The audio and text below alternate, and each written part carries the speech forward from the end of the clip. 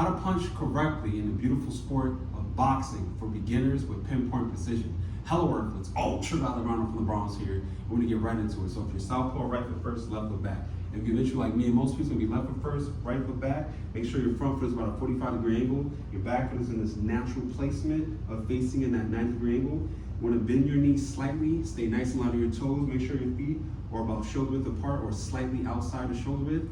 You wanna have your body not square, making it a small target, 45 degrees. Bring your hands up, elbows nice and tight to the body. Tuck your chin in and bring everything forward. You wanna keep your hand right by your ears if you're making a phone call to your friend. Now, after you get comfortable here, this is the first step in getting the correct form of punching. Just shift your weight from left to right. Get comfortable shifting your weight from left to right. Now, as you get comfortable here, start to add a body rotation with that shifting of the weight, because this will mimic the jab, the cross, the uppercuts, or the hooks, and the way you're throwing it with the shifting of the weight going from side to side. And that's where the flow comes to play. Now, as you get comfortable here, start incorporating the jab cross. And you want to punch from your elbow going from your hips into the body. Okay? So when you jab crossing, you can just do it nice and light.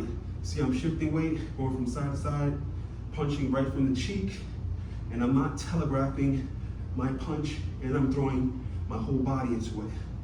Just get nice, loose, and relaxed in the punch and keeping them straight.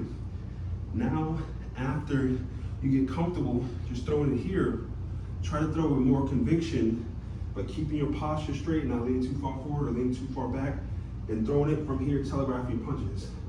Push off that back foot, jab cross. All right, that's the first punch.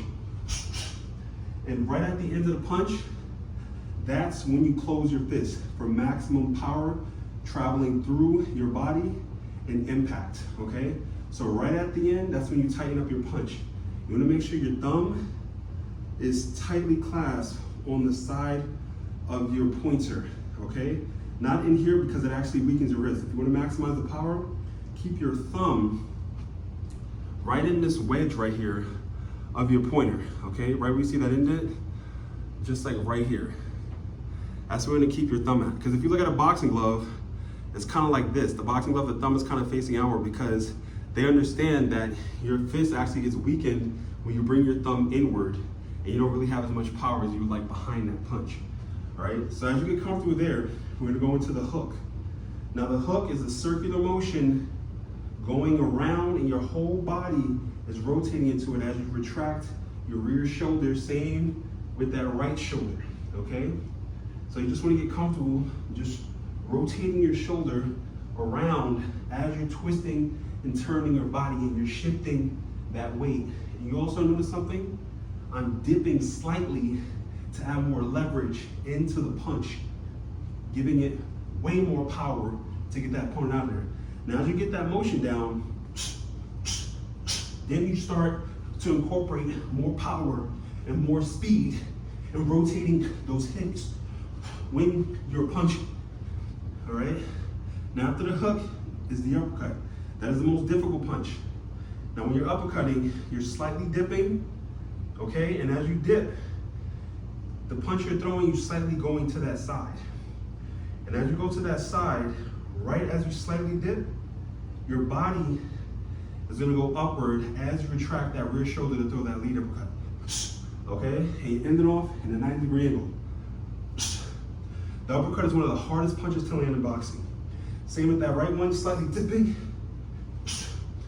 And then, that's all she wrote, going upward, ending off in a 90-degree angle. The thing with the uppercut is that you don't need to pivot your foot. You're really focusing on your body fully going through the opponent's head up into space, pretty much. And with the uppercut, it's better to throw it behind a feint or if you're slipping and trying to counter. So, that's when it's the best way to throw the uppercut. Never just throw the uppercut with boldness. You know, we saw George Foreman do that in a fight and actually knocked one of the opponents out. He literally just kept his hand down, walked up to the opponent, bam! Very few people can get away with that. I would not advise that. It's easy and it's easy for your opponent to notice, and it's very telegraphed from the start. So you want to hide it or mask it either behind your stance, being very bladed. It's not really good to be very bladed, or behind a counter. Now, the thing is, to ensure your punches get down better, just start doing planks on your knuckles to strengthen your wrist and your hands. Do it on like a concrete floor or a regular floor, not a carpet. I mean, anything helps.